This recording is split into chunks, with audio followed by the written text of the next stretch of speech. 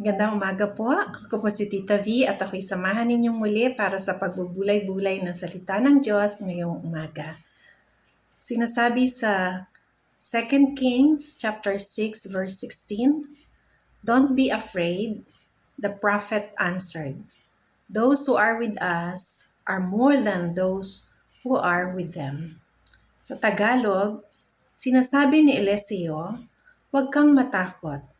Mas marami tayong kakampi kaysa sa kanila." Manalangin tayo. Dakilang Diyos, sa inyo po namin ipinagkakatiwala ang umagang ito. Ikaw, Panginoon, ang kumaugnay sa bawat isa, and may your anointing be upon your servant, O God. In Jesus' name, Amen. May mga kinatatakutan ba tayo sa darating na taong 2025? Marahil meron, no? And pakinggan natin itong kwento na to.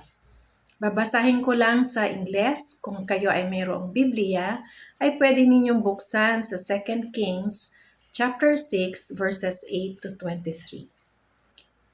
Now the king of Aram was at war with Israel. After conferring with his officers, he said, "I will set up my camp in such and such a place." May gera sa pagitan ng Aram at Israel ng mga panahon na ito sa Old Testament.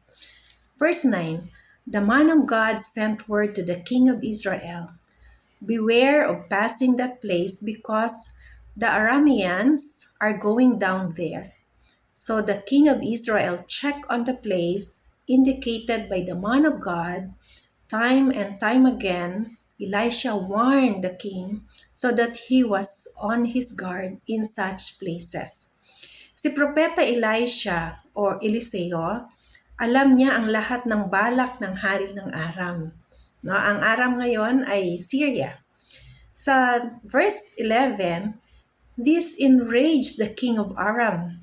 He summoned his officers and demanded of them, 'Tell me, which of us is on the side of the king of Israel?'"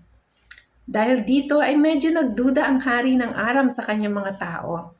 Inisip niya na meron siguro sa palasyo na spy ang Israel. Sa verse 12, sabi dito, "None of us, my lord, the king," said one of his officers. But Elisha, the prophet, who is in Israel, tells the king of Israel the very words you speak in your bedroom.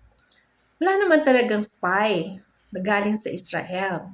Sa halip, si Propeta Elisha, alam niya lahat ng mga nangyayari at sinasabi ng hari ng Aram sapagkat sinasabi sa kanya ito ng Diyos sa Israel.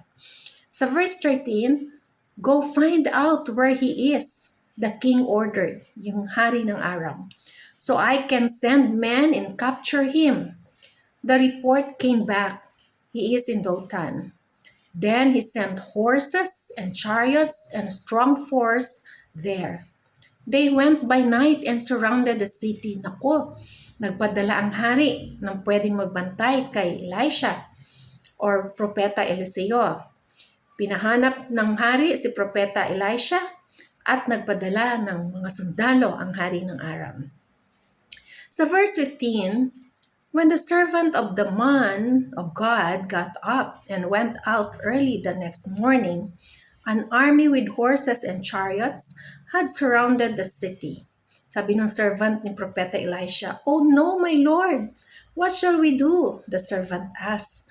Natakot yung servant ni Propeta Elisha. Nang makita ito ng servant ni Propeta Elisha, takot na takot siya.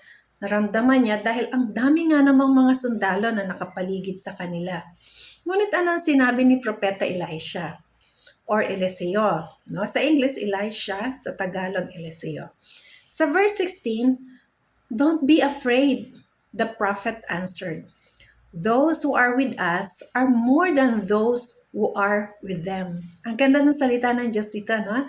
Yung sinabi ni Propeta Elisha. Those who are with us are more than those who are with them. And Elisha prayed sa verse 17, no? Nanalangin si Elisha, "Open his eyes, Lord, so that he may see." So ang sinasabi dito ni Propeta Elisha is ma-open yung mata ng kanyang servant para makita niya na there are so many horses and chariots of fire na nakapaligid sa kanila to protect them, to protect Prophet Elisha. Then the Lord opened the servant's eyes, and he looked and saw the hills full of horses and chariots of fire all around Elisha. Sa Tagalog, basahin natin sa verse 17. At siya'y nanalangin, Yahweh, buksan po ninyo ang kanyang paningin nang siya'y makakita. Pinakinggan ni Yahweh ang kanyang panalangin at nakita ng katulong ni Propeta Eliseo na ang bundok ay punong-puno ng mga kabayo at karwahing apoy na nakapaligid sa kanila upang sila'y ingatan.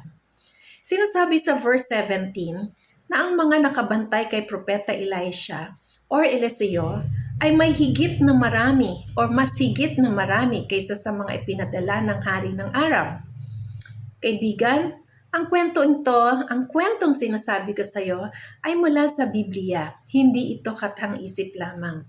Ito ay tunay na nangyari at tunay na nakasulat sa Bible. Ngayong darating na taong 2025, maaaring may mga alalahanin tayo. Ikaw, ako, tayong lahat. Iniisip natin kung ano kaya ang mangyayari sa buhay natin o sa ating pamilya itong darating na 2025. Kaya may mga tao na nagpapahula, naghahanap ng manghuhula sa kanilang buhay pagdating sa darating na taon. Sabi nga may nanghula daw sa bumagsak na eroplano nitong nakaraang araw, no, ng December 29. Ito yung plane crash na nangyari sa South Korea. Yung eroplanong galing sa Thailand at papunta ng South Korea.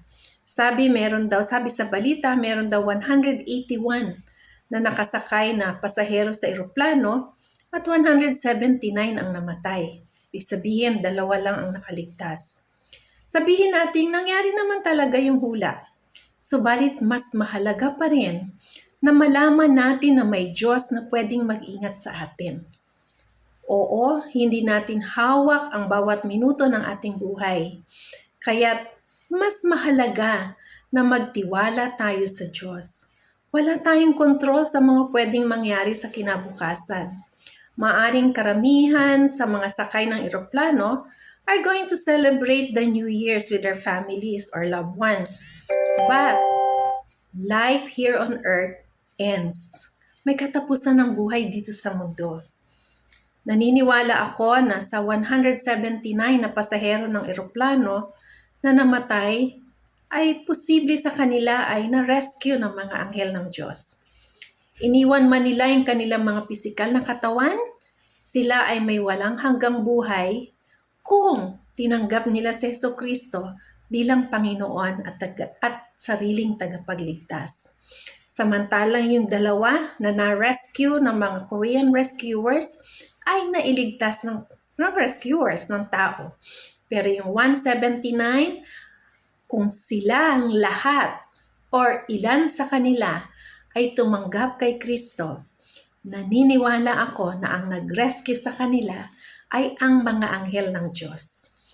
Kaibigan, kung hindi mo pa tinatanggap si Jesucristo sa buhay mo bilang Panginoon at sariling tagapagligtas, kailangan mong gawin ito. Kailangan mo ng rescuer. Hindi natin hawak ang ating buhay. Ilalagay ko sa comment section kung paano mo tatanggapin si Jesucristo bilang Panginoon at sariling tagapagligtas. Gawin mo ito ngayon, kaibigan, kasi baka mamaya or bukas ay huli na ang lahat. Manalangin tayo.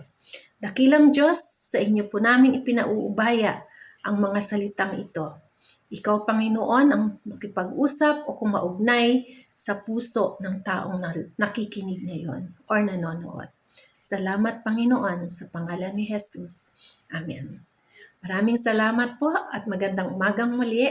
Love and prayers, Tita V.